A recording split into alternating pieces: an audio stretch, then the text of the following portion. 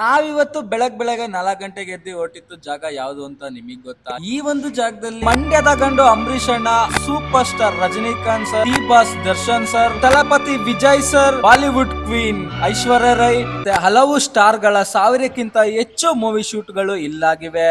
ಈ ಒಂದು movie scene ನೆನ್ಪು ಮಾಡ್ಕೊಂಡು ನಾನ್ ಕೂಡ ಅದೇ ಫೀಲ್ ಕೂತಿದ್ದೆ. ಹಾಯ್ ಹಲೋ ಎಲ್ಲರಿಗೂ ನಮಸ್ಕಾರ.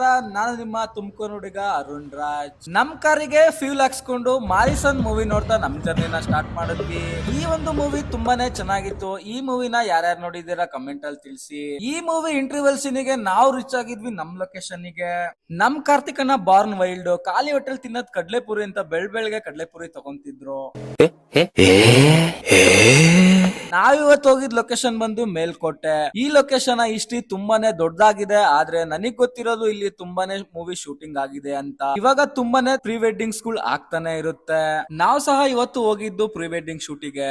ಈ ತರ ಮಾಡಿ ಅಂತ ಹೇಳ್ಕೊಟ್ರು ಕೆಲವು ಕ್ಲೈಂಟ್ಸ್ ಮಾಡೋದಿಲ್ಲ.